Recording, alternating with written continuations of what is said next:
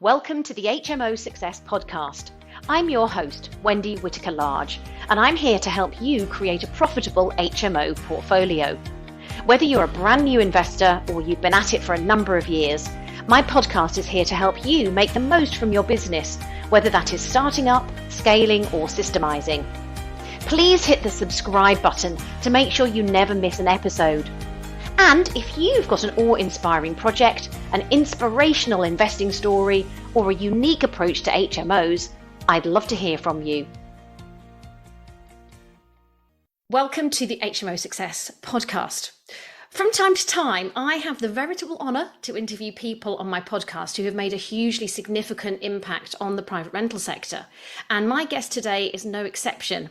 When I tell you a little bit about him, I think you're going to identify who it is immediately. He regularly appears in the national media, including television and radio, and he has spent over 25 years in the legal field helping landlords and letting agents with problem tenants. So when I start to complain about HMOs and council tax, that's nothing compared to my guest today. He's often referred to as the landlord's friend, and he's often regularly asked to comment in the media, not only because he's well known, but because he knows his stuff, and he isn't afraid to give his point of view. Amongst others, he's the founder of Landlord Action, and actually until recently, he was the presenter of the TV show Nightmare Tenants, Slum Landlords. So I'm delighted and honoured to welcome our very special guest today, Paul Shamplina. Pleasure to be here. Oh yeah, pleasure to be here. So Paul, could you just start by helping us to understand, how did you first get into this industry? Well, my background was legal. I left school, no qualifications at 16, just wanted to work. I was very, quite entrepreneurial at a very young age, actually. Always good at sales and direct contact with people. But I ended up working in a law firm doing debt recovery, really randomly, and worked in the recession in 88, 90. My starting salary in 1987 was $4,000 a year, believe it or not, I'm that old. And worked in the recessions. You know, I was doing house repossessions, I was doing court hearings at 16, 17 years old, really, really young. I wasn't cut out to be a solicitor, didn't want to be a solicitor, wasn't cut out academically. As I said, I've got a concentration span for a gnat, to be honest. I'm that bad. And then what happened was, while having my legal profession, moving back to London, I ended up wanting to do work and do something a little bit different. So I became a bailiff. And I became a private investigator and a process server and a debt collector. But I was also doing evictions, working with a firm of solicitors so I could issue claims. So I was a bit of a jack of all trades. I had little tiny offers. Started when I was skint. Didn't come for money or anything like that. Wasn't into property, land and all that. I bought my first flat when I was 23, 24. It was $40,000. I remember it was a flat in Northwest London, a one-bed flat. And I actually ended up renting it out for 2 years. But I started that was 1994, but I started Landlord Action in 2000 with my old business partner, because I evicted 23 illegal immigrants for him from a 3-bed house in North London. I did it for fixed fees. No one was ever doing fixed fees, so serving a notice, getting a court, getting the bailiffs in, and then out of that we came up with the idea of Landlord Action, and that was in 2000. And then early on, I understood media, I understood PR very early on. We had a half a page editorial in the Evening Standard 6 months after trading, and it all went ballistic. And then, of course, the buy-to-let boom started in 2003, you know, and then I did my first TV program a year after starting Landlord Action. I've done the best part of most probably 600-700 talks, and then obviously the webinars, podcasts, and they all went mad during COVID. But yeah, so I did that. Amazing. So you started very young, obviously, but you had a passion. It seems to me that your personality lent itself to this, because I think a lot of people feel that the whole process, let's say, of eviction is quite adversarial and it is quite combative. And of course, what you're trying to do is you're trying to take somebody that's living in a property that shouldn't be there. You want to get them out. So of course, it's got that element to it.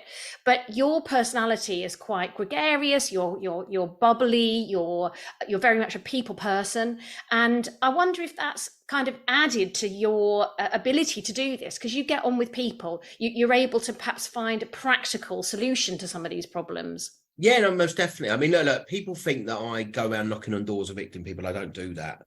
I did it for the TV show. I have a team of 23 staff at Landlord Action. We do 2,500 instructions a year. We're regulated firm and solicitors. I'm used to confrontation because in my former life before Landlord Action, I was a bailiff. So I've been threatened. I've had a knife pulled on me. I've been, I mean, you name it. I could tell you a whole different podcast on that story alone. But yeah, I know how to talk to people. I'm a real people person. I suppose really the strength of my brand Landlord Action and my brand Paul Shamplina has been my personality, most definitely, being confident. But I think a lot of the confidence when it comes to the public speaking, the training, like this week alone, I've done 3-4 talks. I've done loads of podcasts and I get reached out to. But one thing people don't realise is that in 2017, I sold Landlord Action to Hamilton Fraser. So Hamilton Fraser, we own some very well-known brands in the private rental sector. We own My Deposits, the deposit scheme. We own the Property Redress Scheme. We own Client Money Protect. They're all government-backed schemes for landlords and letting agents. And I think really the most important legislation that came in most probably was 2007. I'm sure we're going to talk about legislation later on. I run Landlord Zone, which is obviously one of the biggest landlord portals. We run Total Landlord Insurance, which is one of the biggest landlord insurance providers in the marketplace for HMO landlords.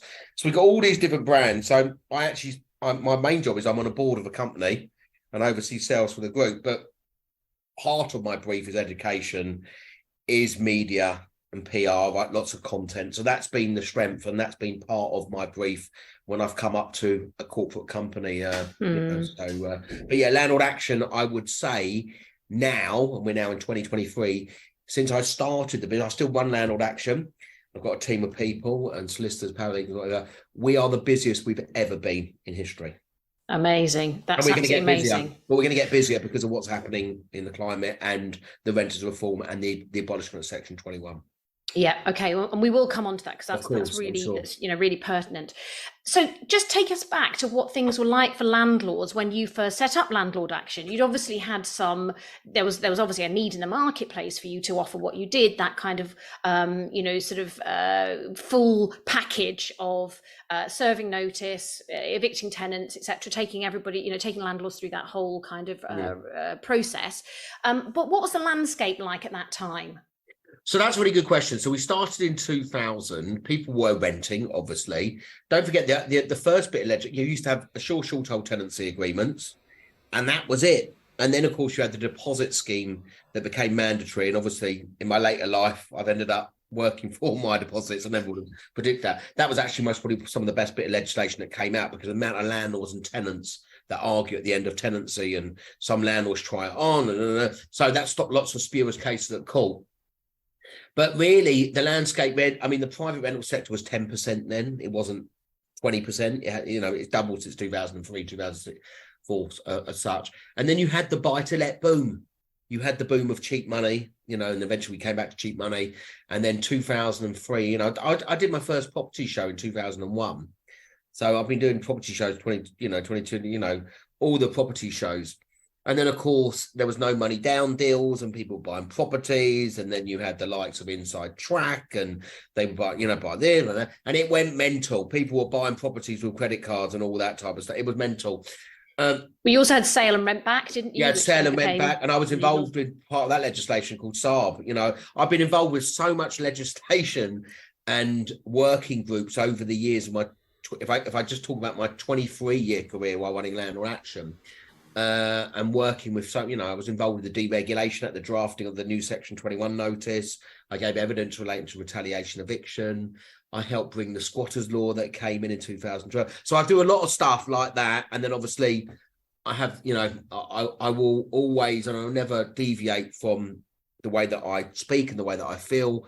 And I wrote, it's actually very handy, I wrote 2 books, which I'm very proud of. I'm live in my office here now. I wrote 2 books called The Landlord's Friend, with Kate Faulkner. Yeah. And I'll do another one, and that'll be a complete rewrite, as you can imagine. 2024, all the regulation will come in. So, yeah, the landscape of the landlords changed. It was easy. I could meet someone in the pub, shake their hand. They pay me a month's deposit, not put the deposit in deposit scheme. We're still getting landlords now in 2023 that call our Landlord Action advice line that haven't put deposit in deposit scheme, which is ridiculous. And you could be fined 3 times plus the deposit. And then, of course, the game has changed. And obviously, then we had the 2008 crash. Some landlords lost their properties. Bearing in mind, in 88, 90, the interest rate used to be 15%. We now have an interest base rate of 5%. And of course, if we look, and landlords have had it good for a long time, let's be very honest about that. They've had 0% interest rates for the best part of 10, 12 years. And money was cheap, money was free, and people have done really well out of that. And now we're in a cost of living crisis, an inflation crisis, a rental stock crisis. And I've never seen so many smaller landlords exit the marketplace at the moment. But there is some good out of that, because I think 75% of the properties that are being sold by landlords are being bought by other landlords. Yeah. Do you think that landlords are also getting out, though, because they're squeezed? Obviously, Section 24 has made a massive impact in many people who had properties in their own name, yes, et cetera, et cetera. Not only that, of course, since the Council for Mortgage Lenders brought in new regulation after the global financial crash that you had to put in 25% deposit. Prior to that, you could buy a house, literally, you could get 100% mortgage to buy a buy-to-let property before that. So lots and lots has changed over 15 years. And as you say, the growth has happened. We went from 10% private rental sector to 20% private rental sector. But there's a sense in the media in which landlords are always the baddie. We're always the greedy landlord. We're always the bad person in the partnership, and the tenant is always good. Now, of course, the media always wants to polarize people's views and, stir up emotion and so on. But do you think that has had any impact on people as well, feeling that they're terrorized as landlords, and they just don't want to sort of wear that badge anymore? So look, if you keep prodding the dog will bite back. And some of the dogs are biting back because they're serving Section 21 notices and they're selling their properties, right? Everything you said is 100%. It all started when George Osborne made that announcement about it. What business gets taxed on turnover, not profit? I don't understand. So there's two, and then of course you had the 3% stamp duty concession. You had the Deregulation Act. I mean, obviously a lot of landlords are fearful regulation, but generally landlords are flexible and adaptable. They're quite a resilient bunch. Then of course you had the announcement of EPCs. That was a worry. That's been kicked into the long grass for 2028. And then, of course, you had the HMO regulation that came in 2018. I was on that working group about the minimum home standard. And then, of course, naturally, you had the real debacle of Liz Truss and the interest rates, and everything shot up. And then from landlords paying next to nothing on base rates of, 1.5% trackers, then those landlords, their 3-year terms have come to an end, and they're now up to 6%. I mean, I've got a pal of mine who was paying $350 a month. His installment's gone up to £1,100 a month. He's a landlord, right? So he might be making £1,500 a month on on the rent or whatever. So there's that, and then of course you've got the abolishment of Section 21, which is a real worry. Landlords worrying about getting their properties back. Then the anti-landlord rhetoric. I mean, I am literally constantly in the press because I'm getting contact. I mean, like last week, I did 3 or 4 radio interviews about landlords leaving the sector and what it means. I mean, look, I was in the Mail last week, and look at that headline: "Buy-to-let apocalypse." And landlords leaving the sector. So let me ask you then, Paul. You've advised government. Obviously, you've been involved in lots of working groups. You're well known not only in the private rental sector industry but also in government. You've supported the breadth and depth of housing. You've supported the free market in private rental. Yes, okay, we want standards. We need minimum standards to ensure safety and security for tenants. But on the other hand, we also want to make sure that there's enough choice for tenants and that there's enough landlords out there providing choice so that actually rents stay low. Why is the government not listening to you? So it's all political, most probably, is the answer to your saying. Look, I've never felt so much sympathy for a tenant as I have now. Right? Look, don't get me wrong. I've been in a program called Nightmare Tenants, Slum Landlords, which is the worst of the worst. The worst of the tenants, the worst of the landlords. Let me get right. And those landlords that are on the program, that use or have had problems a lot of the time is they don't know what a reference is properly. They don't, and they try and do it themselves, and that's the biggest problem. Let me be very clear, and obviously the listeners you have of HMOs, managing an HMO is the hardest thing to ever do, right? In all property management, you really got to be really, really resilient. You've got to end up being a council worker, a social worker. You need a parent. You've got to be a therapist. You've got to be a debt collector. You've got to be a mediator. It's really, really difficult. So the problem you've got is you've got 11 million tenants, 2 million landlords. Okay. The Renters Reform Bill has been brought on the back of tenants having greater security. Short-term tenants won't have greater security. They're going to have worse security because landlords are getting out. Yep. Decent tenants will be served Section 21 notices. Historically, landlords haven't been putting rents up. They only put rents up when their interest rates got whacked up, right? They've never kept up to market value. That's a fact, actually.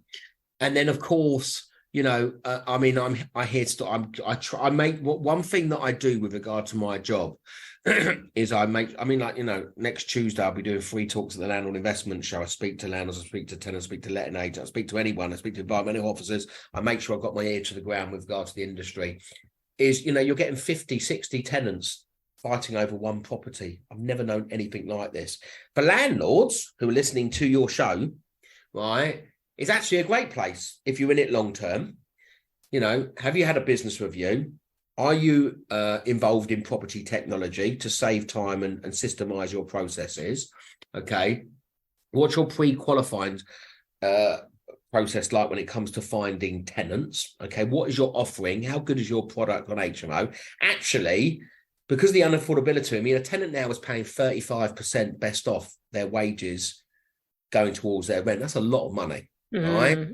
Actually, which is why we are seeing such huge demand for HMO rooms. Of course, that's the whole point. And that was my next point I was going to say to you. So people can't afford single dwellings.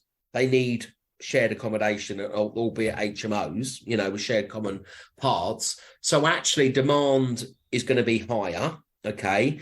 How does a landlord navigate that with regard to the HMOs?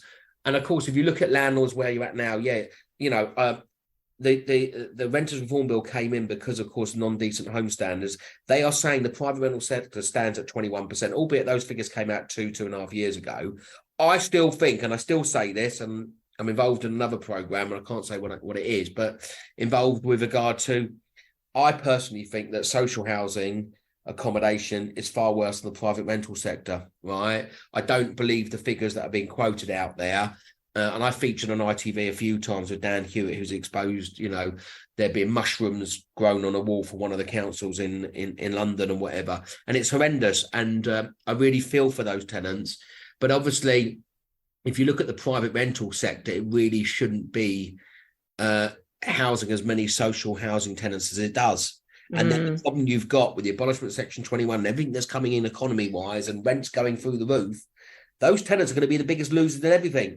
People, and statistically, a housing benefit tenant can stay in your property longer and look after it. But the average term of a tenancy now is about 4 years and 4 months. It will increase. But the biggest fear for tenants, and I speak to tenants, I've got 2 tenants that work for me in Landlord Action. They've both had Section 21s, right? Is the fear, and there is a tenant fear of the landlord selling their property.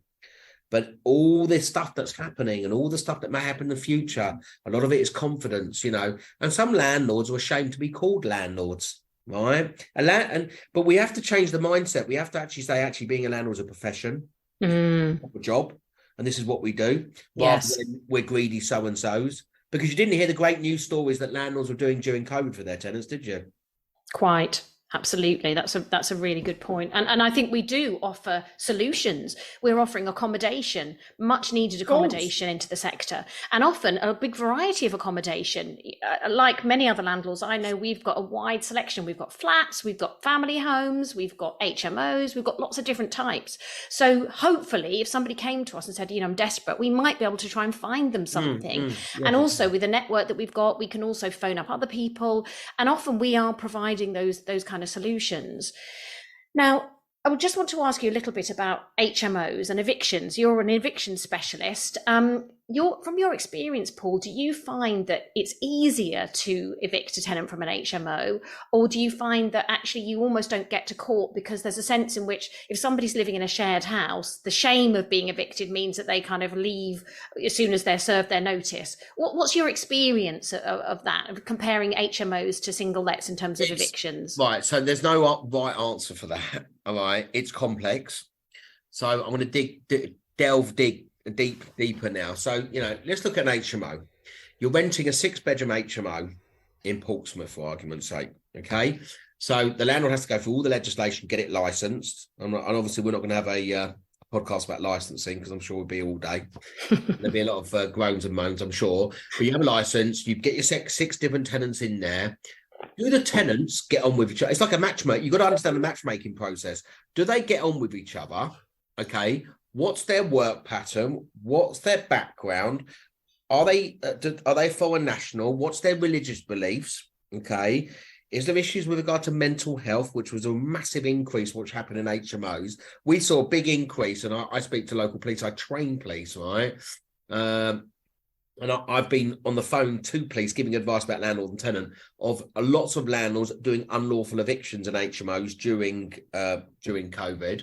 And then, of course, getting access for landlords is a killer, right? Getting access. And then, of course, you have the antisocial behaviour aspect, which is a real worry. And as I said, I spoke to 120 landlords literally 2 days ago who are HMO landlords. And the fear is when Section 21 goes, how do you get rid of antisocial behaviour tenants where other tenants in that block are fearful? And there's been a whole lot of stuff. And it is really, really troubling. So the answer to the question is, if it's rent arrears and you can prove the rent arrears, it's normally standard. But the problem is you're in the luck of the gods with regard to what court you're at and how quickly that can be done. We have a bailiff shortage at the moment. We have a judge shortage at the moment. You can't give it a Section 21. You've got to have the ground strengthened, which is what's going to happen. And then there's got to be a special list or some sort of special priority when it comes to antisocial behaviour. And I've advised the government about this. The 3 most common reasons why a landlord is using Section 21 at the moment: I'm selling, rent arrears, antisocial behaviour, or the fourth one would be I've been told to stay put by the council so I can be rehoused. Right? So, what does it look post? How does it look like with regard to periodic tenancies? How do I change my business as an HMO landlord? What do I do? How do I foolproof it? Can I get rent guarantee? There's all these type of things. What are my communications like? Because the problem is if one tenant realises the other tenant's paying, then he's going to stop paying. And then it's like a domino effect. So you've got to be careful about that. And you've got to be able to make sure that you mark the tenant's card in the sense that, because actually what you do need to say as a landlord, I've got plenty of other tenants that want your room, by the way. Yeah. Exactly, and put some social pressure on them actually to pull themselves up, because otherwise the likelihood is that they're going to be out of that room or out of that property, and actually where are they then going to live? Well, they're going to end up having to pay more rent and move out the area. Yes, exactly. So it sounds like from the point of view of the Renters Reform Bill, I mean, that there's going to be, as you say, there's already rumblings in the industry. There's already people saying, that's it. This is the sort of tin hat. This is the straw that broke the camel's back. I've had enough. I'm leaving the industry now. Do you see much positive about it for landlords? Yeah, I do. I think when there's upheaval, that creates opportunity. So you as a landlord, you might say, I want to add to my portfolio. I've just been waiting to try and find the right thing at the right price, to add to my portfolio. So other landlords are buying properties. Let's be clear about this. If you've got cash is king, obviously, in this market, because we are looking at more of a downturn. We don't know about inflation. We don't know what the rate's going to be like, whatever. And some of those landlords have done really well. Landlords 15, 20, 25 years, they've made a lot of money, right? And then obviously selling properties in situ. I think if you look at the Renters Reform Bill, the 2 glaring things that stick out for me is the abolishment of Section 21. How does that work? How can you bring mediation in? Yes, it can stop off some of the court cases and try and mediate and work the tenant out quicker. And then periodic tenancies. That's been a real worry for student HMO landlords, obviously, especially student landlords, because, of course, purpose-built blocks are exempt from the new periodic. So there has been pressure, and I believe there's been a bit of backtracking by Gove to say they are going to consider that. I think everything else is really actually good for the industry. A property portal where everything is compliant and logged against it, a bit like an MOT for a car. Landlord redress. I mean, look, we run a redress scheme, but all letting agents have to be part of a redress scheme. Why don't landlords? That's 2.3 million hours. I actually think landlord training should be something. I actually think Rent Smart Wells in that sense has been quite good, because I think there's too many people that manage properties that should not be managing properties. Especially, I think I've I'm quite outspoken about the industry of rent to rent and guaranteed rent. I've been involved in that industry for a long time. I think that, and that is on the trading standards radar, and I've been speaking to them about that. There's people doing rent to rent that shouldn't be doing it. If there's a void, they end up keeping the money, not passing on. How did the landlord get the property back? Are they in breach of HMO licensing? They're on the hook to be fined. There's a whole lot of stuff going on there. I think saying that you can't have a DSS tenant and, that's discrimination. Why wouldn't you do that? I think also, if you've got an HMO, can you bring a pet into an HMO? Most probably you can't. There's got to be some further direction on that. And also children, that's the other issue. And children, no children. I think there's got to be some direct. I got asked these questions last week. I think also the consultation of VOA with regard to council tax. That's a big issue for HMO landlords, because of course you can build that in the price. If it's separate, how does that eats into your profit? I get that. You know what? The devil's in the detail. I would say to all your landlords, don't panic. Just watch and wait. It's like the EPCs. I still think you just watch and wait. Yes. Why worry about, it's 2018, 2028, watch and wait. You want to add more value. You want tenants to save money on utilities and stuff like that. But if you've got, and I use this example, you've got a 2-bed terraced in County Durham, and you've got a tenant on £6,000 a year universal credit, and it's going to cost you the best part of 15 grand to get it up to spec. Well, what are you going to do? You're most probably going to sell the property. So where does that property go? The first-time buyers, they're finding it harder with regard to stress testing, with regard to finance. So along with landlords, there's we've had years and years and years of political, whether it be red or blue, or blue and yellow, right, of a bit of political neglect with regard to housing. And yes, and of course one of the biggest problems is the fact they haven't built enough houses. Of course. The reason why the PRS is in this state is because we're topping it up, aren't we? Exactly. The real answer is let's build more houses. And it's social housing is the biggest problem. Right? We have more social housing, there's less pressure on the PRS, and then it's fit to purpose more. I'll give you an example. I put a charity boxing event on every year. I did it last week. And the hotel is a Holiday Inn. It's got a couple of hundred rooms or whatever. It's been closed for 3 years for temporary accommodation and homeless for Barnet Council. So we have a real temporary accommodation crisis, a real social housing crisis. Tenants, normal tenants are being outpriced in the market. I think something's going to be done. And there was an announcement yesterday before, and I work very closely with the NRLA, that rent capping is off the table. And it was announced that it was announced by Lisa Nandy, the deputy. Yes, that's right. But obviously things can change. I still think that there's got to be some sort of provision that we be put in there for tenants, because it is unsustainable, I think, with regard to costings for tenants.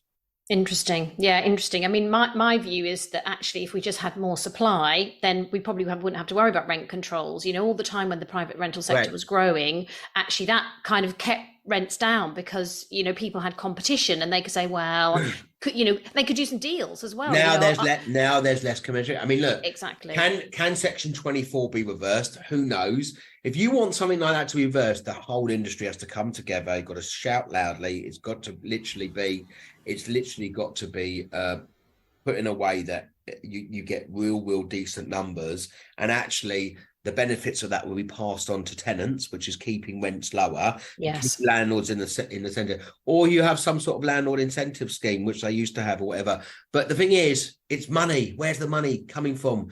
How many strikes are we having at the moment? Everyone's striking. You've got the consultants, you've got the doctors, you've got the bin men I saw the other day. When things are getting tough, when barristers start striking, and barristers are striking. So It is hitting the fan. It's going to get tough, and it's going to get tougher, unfortunately. I don't want to be a doom and gloom, but hey, No. we're in it. But then on the other We hand, need Paul, landlords. and also you've been through, like I've been, I mean, I first invested in 1997. That's when I bought my very first rental property. So like you, I've been in the industry a long time, but, and I, like you, I've seen it grow, you know, I've seen it expand massively and then contract again. I lived through the era of those very high interest rates when I had my own property in the early 1990s, you know, getting the letter from the Halifax saying, right, your interest rate's going up to 12, 13, 14%, thinking, good grief, how am I going to afford this? Yes, of course. You get through it. And I think that, as you said earlier, if you're in it for the long haul, if you're committed and you're going to make it work, you will make it work. Yes. And over time, if you live through those highs and lows, that's how you make the money, is by keeping going, even when things listen, my advice to landlords, if you don't need to sell, don't sell. The biggest challenge for some landlords that have been in this game 15, 20, 25 years is capital gains. Right, that's going to be the challenge. You know, if you are going to buy, well, then you need to be looking at incorporating that. That's the brainer, and how does that work in pulling out dividends and all that type of stuff. But you know what? Actually, as a landlord, yes, there's loads of stuff coming in, and we can feel that we need a bit of love and we're being vilified and all that type of stuff.